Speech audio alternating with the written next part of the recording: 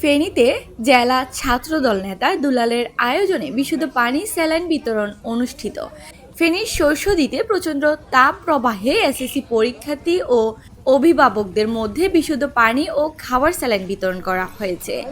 জাতীয়তাবাদী ছাত্রদল এই আয়োজনটি করেছে। বৃহস্পতিবার সকালে ফেনী সদর উপজেলার সরস্বতীর পরীক্ষা কেন্দ্রে ছাত্রদলের নেতাকর্মীরা পানি ও খাবার স্যালাইন বিতরণ করেন।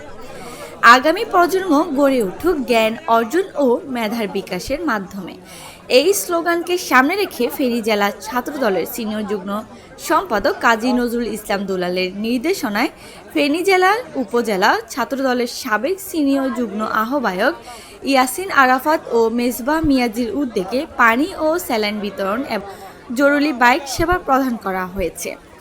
পানি ও স্যালাইন বিতরণ অনুষ্ঠানে উপস্থিত ছিলেন সরস্বতী ইউনিয়ন বিএনপির সাধারণ সম্পাদক মোহাম্মদ মনি, সদর উপজেলা স্বেচ্ছাসেবক দলের যুগ্ম আহ্বায়ক মেজবাহ উদ্দিন, জেলা ছাত্রদলের সদস্য মেজবাহ উদ্দিন মিয়াজি, সদর উপজেলা ছাত্রদল নেতা এমরান হোসেন, তাজুল ইসলাম সাগর, সরস্বতী ইউনিয়ন ছাত্রদল নেতা মোহাম্মদ মনির, রাকিব সহ নেতৃবৃন্দ। ফেনী জেলা ছাত্রদলের সিনিয়র যুগ্ম সম্পাদক কাজী নজরুল ইসলাম দুলাল বলেন, আমরা আমাদের অভিভাবক তারেক রহমানের নির্দেশে আমাদের কোমলমতি ভাই বোনের কথা চিন্তা করে এই ব্যবস্থা করেছি এবং যাদের যাতায়াত করতে অসুবিধা রয়েছে তারা আমাদের সাথে যোগাযোগ করলে আমরা তাদের আসা যাওয়ার ব্যবস্থা করে দিব।